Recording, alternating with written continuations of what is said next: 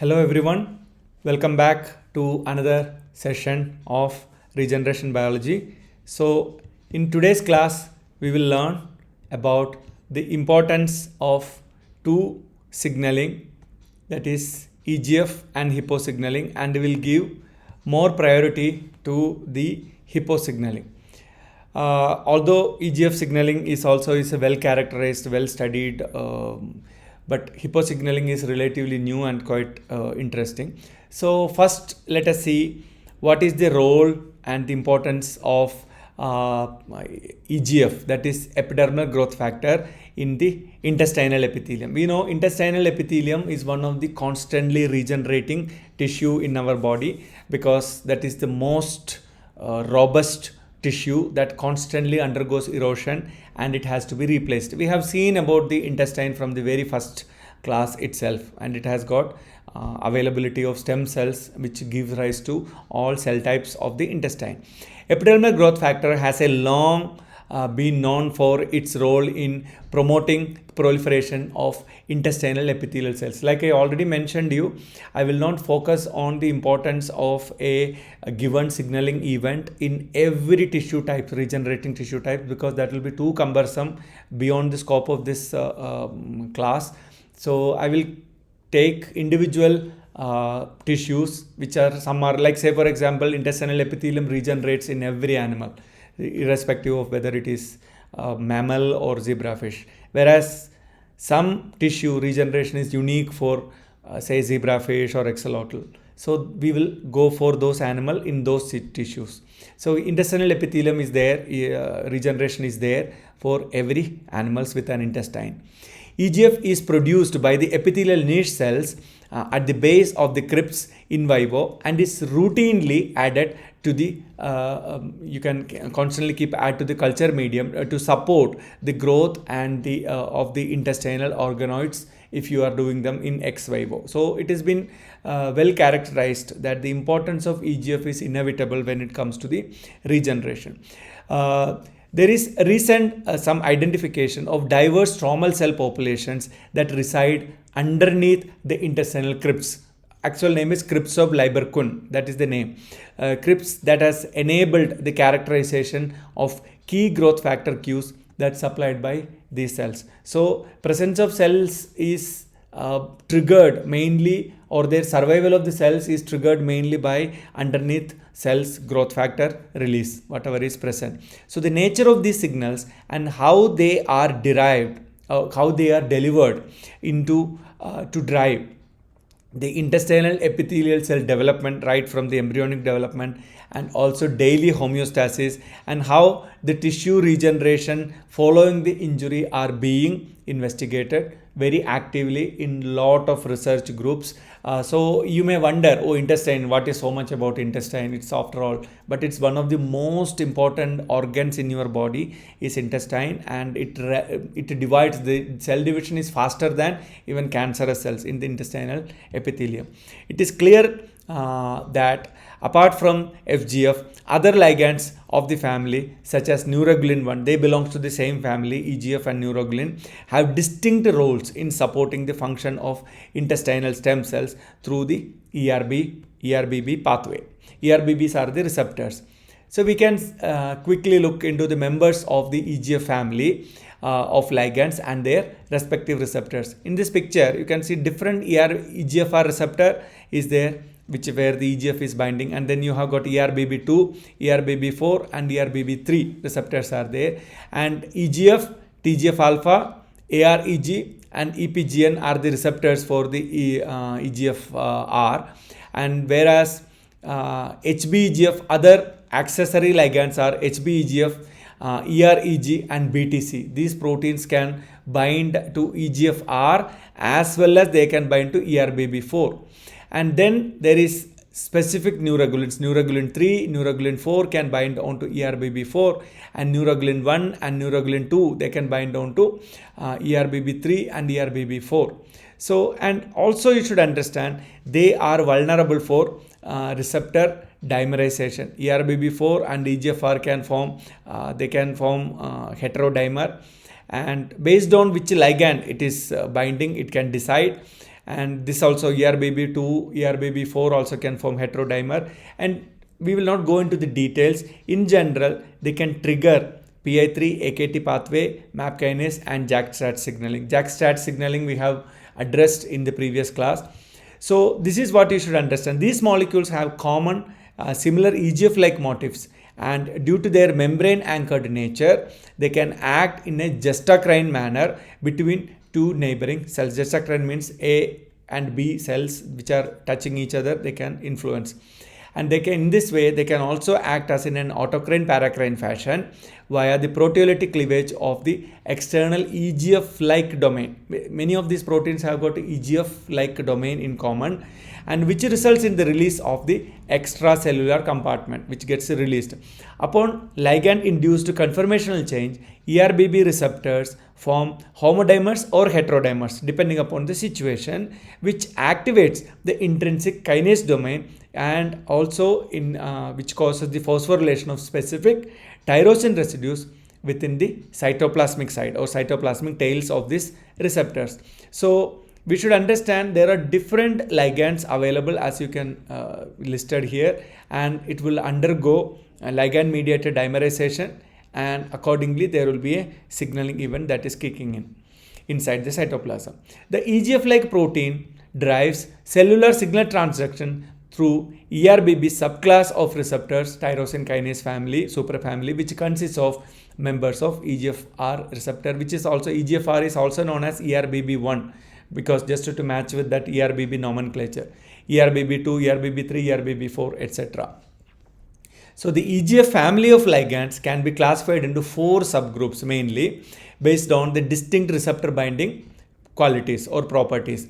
That is the ligands which recognize ERBB1 only, that is examples are the EGF and TGF alpha, AREG1, like we saw in this picture, earlier picture. And also the ligands that can bind both ERBB1 and ERBB4. Examples are HBGF, EREG1, BTC, etc. And the ligands which are specific for both ERBB3 and ERBB4, that is mainly the Neuregulin 1 and Neuregulin 2. And also the ligands that is activating the ERBB4 only, that is the NRG3 and NRG4. So these are all the main family. It should be also important, it is also important to note that no ligands have been identified for ERBB2 to date in the case of mammals. All ERBB receptors contain an extracellular ligand binding site, a single membrane spanning region, and a cytoplasmic tyrosine kinase containing domain which does this phosphorylation activities. And this is a schematic diagram of the intestinal epithelium which deciphers the expression of ligands and receptors within the different cellular compartments of the intestinal crypt during normal homeostasis and following regeneration. You should understand, when we say homeostasis, there is also erosion of cells. Regeneration means it involves some real damage. So otherwise also there is homeostatic condition, also there is a constant regeneration going on because of the cellular erosion. In mice and humans, pinnate cells are localized within the epithelium adjacent to the intestinal stem cells in the base of crypts. As you can see here, different cell types are marked here. You can see here, and also the distribution of various receptor that has been shown.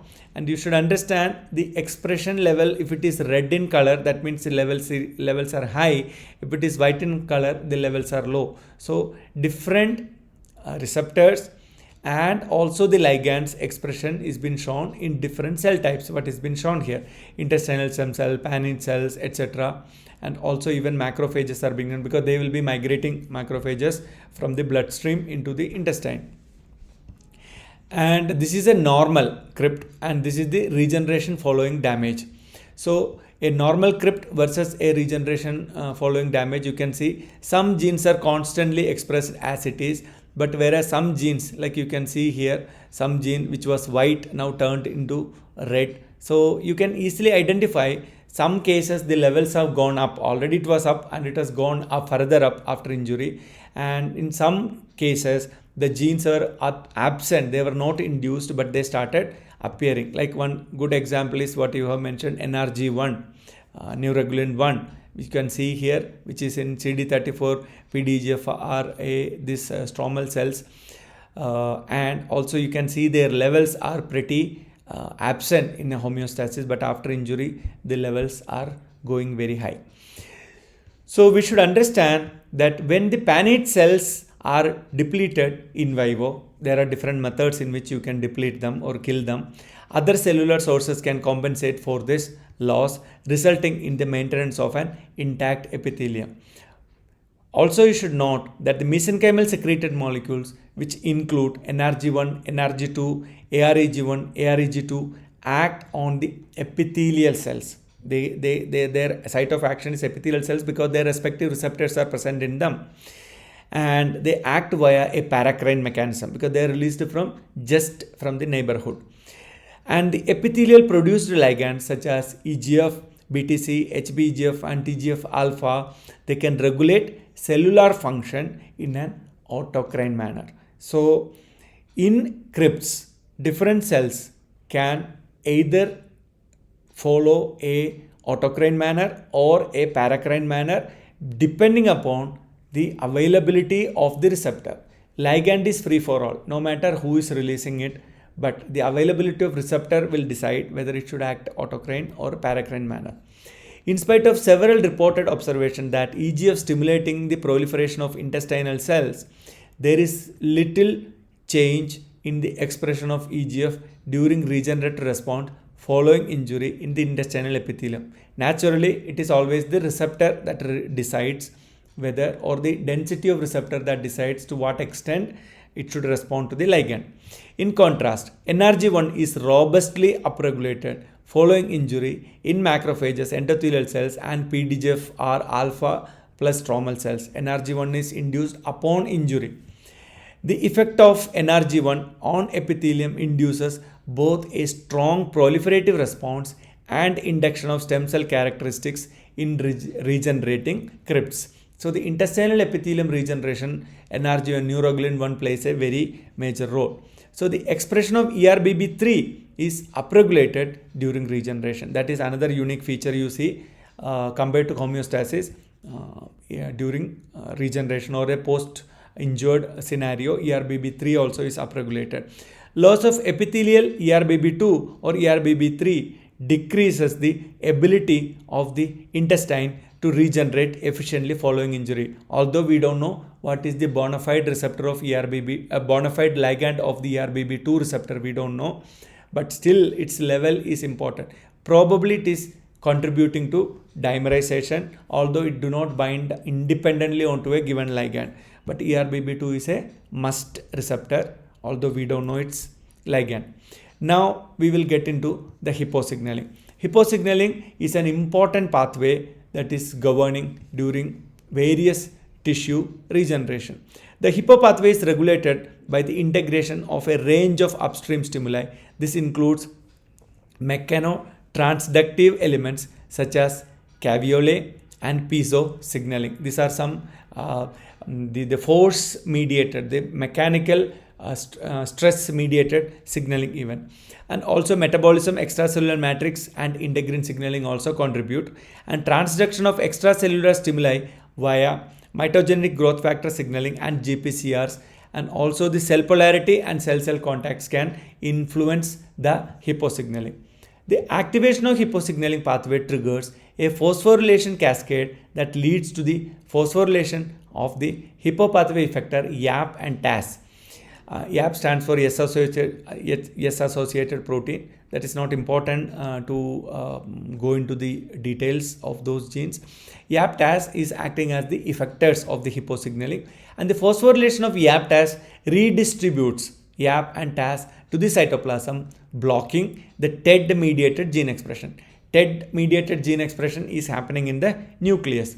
Hippo pathway inactivation, when the Hippo signaling is inactivated, prevents YAP-TAS phosphorylation and allowing their nuclear translocation. Hence, now the TED-mediated gene expression happens. So the YAP now go and pair with the TED and go and bind and turn on various gene expression. So note that we should, one more thing keep in mind, that MST1 and 2, it's a mammalian in mammals, this is called ST20, like kinase 1 and 2. That is one nomenclature different, are encoded by STK4 and TAS by WWR1. So in mammals, these genes are encoded by other genes, but functionally they are same. So you can see here different induction, like various mechanical stimuli can trigger, and when the Hippo pathway is inactive, the effectors do not function. When the Hippo pathway is active, the effectors don't function, YAP TAS. When the Hippo pathway is inactive, then the TED and YAP go into the nucleus and turn off a bunch of genes. That is what you should understand here from active, non-functional, inactive, functional. So we will look into how zebrafish heart regeneration depends on the Hippo signaling. Zebrafish, pretty much every tissue's regeneration involves Hippo signaling, but we will focus on the heart regeneration. In this panel A, the structure of uninjured zebrafish adult heart, and the B is an injury at the ventricle apex that induces the collagen and fibronectin deposition. Injury can be done in whatever way. You can put a dry ice, or you can pinch the heart or cut the heart, etc. And it will lead to a scar formation. Deposition of this collagen and the fibronectin creates a scar formation. And YAP1, CTGFA and CAV1 promote the appropriate and transient scar formation, and that you can be seen in the panel B. And now you move on to see what happens. The heart epicardium undergoes EMT, epithelial to mesenchymal transition, and inflammatory cells, that is been marked in blue color, they infiltrate into the scar. First a scar is formed, and now these cells infiltrate into the scar. And remember, fibronectin can act as a walking tool or walking surface for the cells. YAP1 and CTGFA inhibit the inflammatory cell infiltration. They can counter this inflammatory cell infiltration also, as you can see here in this part C. And then you have another situation, that is new coronary in panel D. New coronary vessels from the they will contribute to the revascularization of the injury site, because the newly formed cells need nutrition. So that's why the angiogenesis also is an important part. And in panel E, mature cardiomyocytes, they are given in pink in color, and they differentiate into the progenitor cells, which is yellow in color. So the pink cell which is present in the site is now becoming yellow cell. These are all diagrammatic. Don't think that cell color will change. Their property will change. That is what we show in this cartoon as yellow color. They become progenitors. They proliferate to create a progenitor cell pool that is necessary for fixing the damaged area, which matures back into cardiomyocytes, CMs, to reform the heart muscle. CTGFA and CAV1 promote cell proliferation. So that is what you are seeing in different cartoon. In each of this stage, the individual molecule, what is most important is YAP1 and CTGFA block the too much of inflammation happening in that site. So the importance of this Hippo signaling is governed through the effector such as YAP. And now if you look into the spinal cord regeneration, another tissue where the regeneration happens effectively in zebrafish. This is a structure of uninjured spinal cord, and then ependymal radial glial cell, that is ERG, which is shown in green color, living in the central canal of the motor neurons of the spinal cord. And then panel B is the spinal cord transection. That means you have damaged the spinal cord, disrupt the neuronal processes, there is a discontinuity.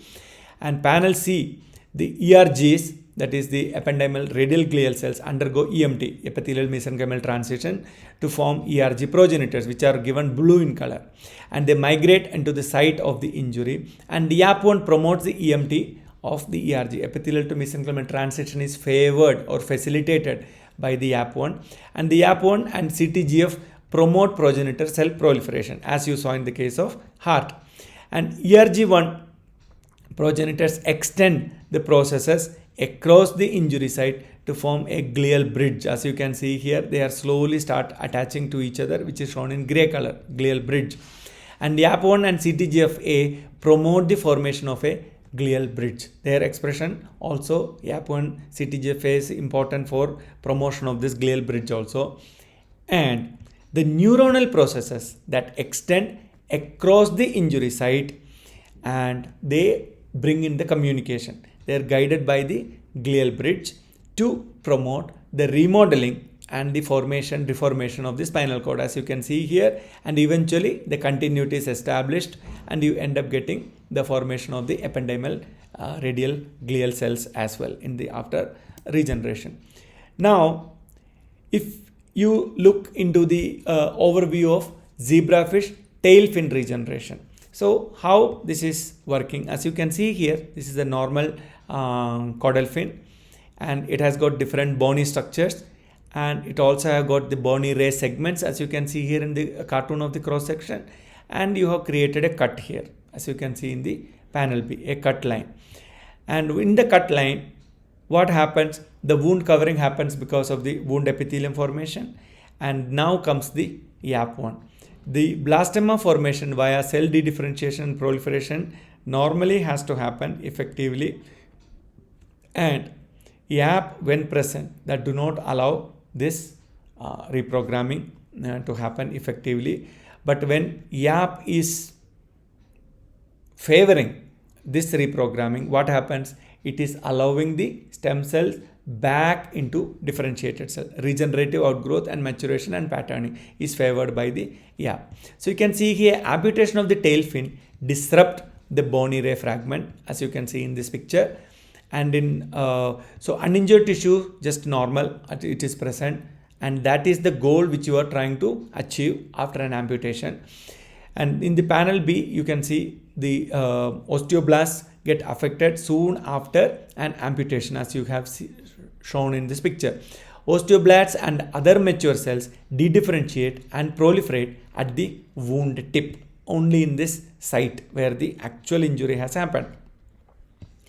And the progenitors are now given a green in color, and the YAP1 inhibits osteoblast dedifferentiation, and the BMP4, bone morphogenetic protein 4, enhances blastema cell proliferation. This is the equation between the YAP and BMP4 when it comes to the progenitor proliferation.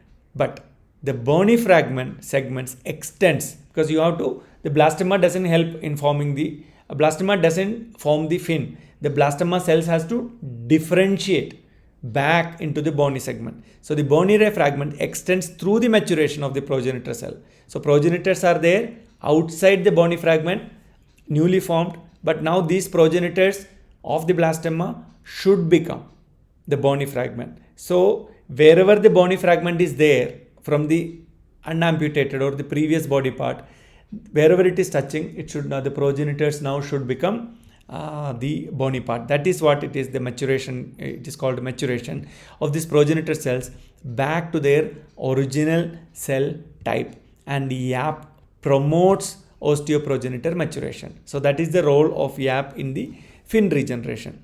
So if you want to conclude from this, what you understand is the positive effect of YAP and TAS signaling on regeneration of the zebrafish, which appears to be latent in mammals. This is what you should understand. Signaling is present in mammals also, but the regeneration event, when there is an injury, two calls have to be made. Call number 1, wound healing. Call number 2 is regeneration. Now, does the YAP-TAS pathway or YAP-TAS signaling kicks in or not? And it appears to be latent in mammals. This suggests some therapeutic potential in promoting YAP-TAS signaling to enhance mammalian regeneration. However, it must be carefully noted that as many of the processes associated with enhanced regeneration are linked with increased risk of cancer. So although these are facilitating the progenitor proliferation, maintenance, etc., that attracts the trouble of becoming cancerous, such as elevated cell proliferation rate, which is necessary for every regeneration event, but they can trigger a cancerous response. And cellular heterogeneity, that has to be maintained, otherwise it will be a simple wound healing, it will be filled by fibroblast. And increased stemness, cancer cells also have got stem cell like characteristics. So the stemness, when you hold back in the injury site for a prolonged time, that can attract or trigger some trouble. So dysregulation of the Hippo pathway and thereby pathological hyperactivation of YAP and TAS promotes carcinogenesis in most, if not all, types of solid tumors.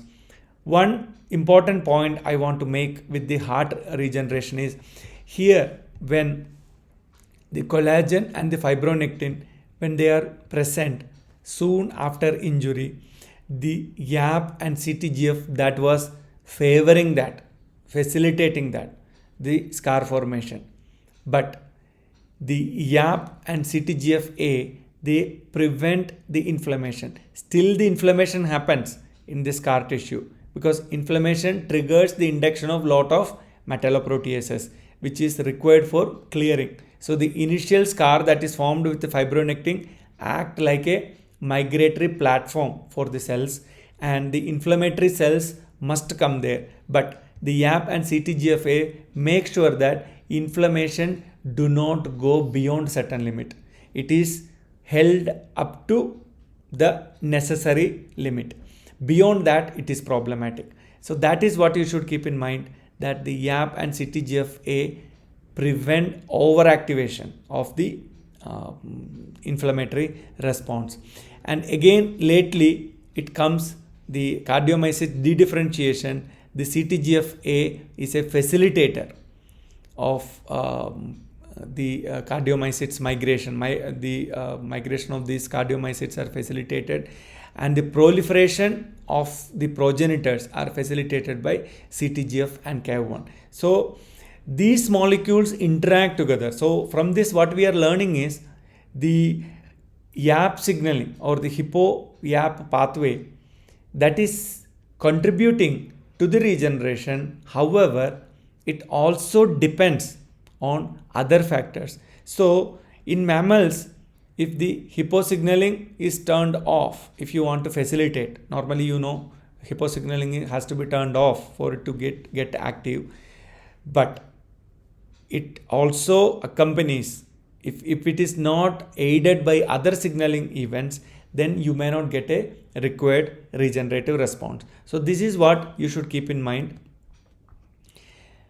So based on this, we can have some more questions.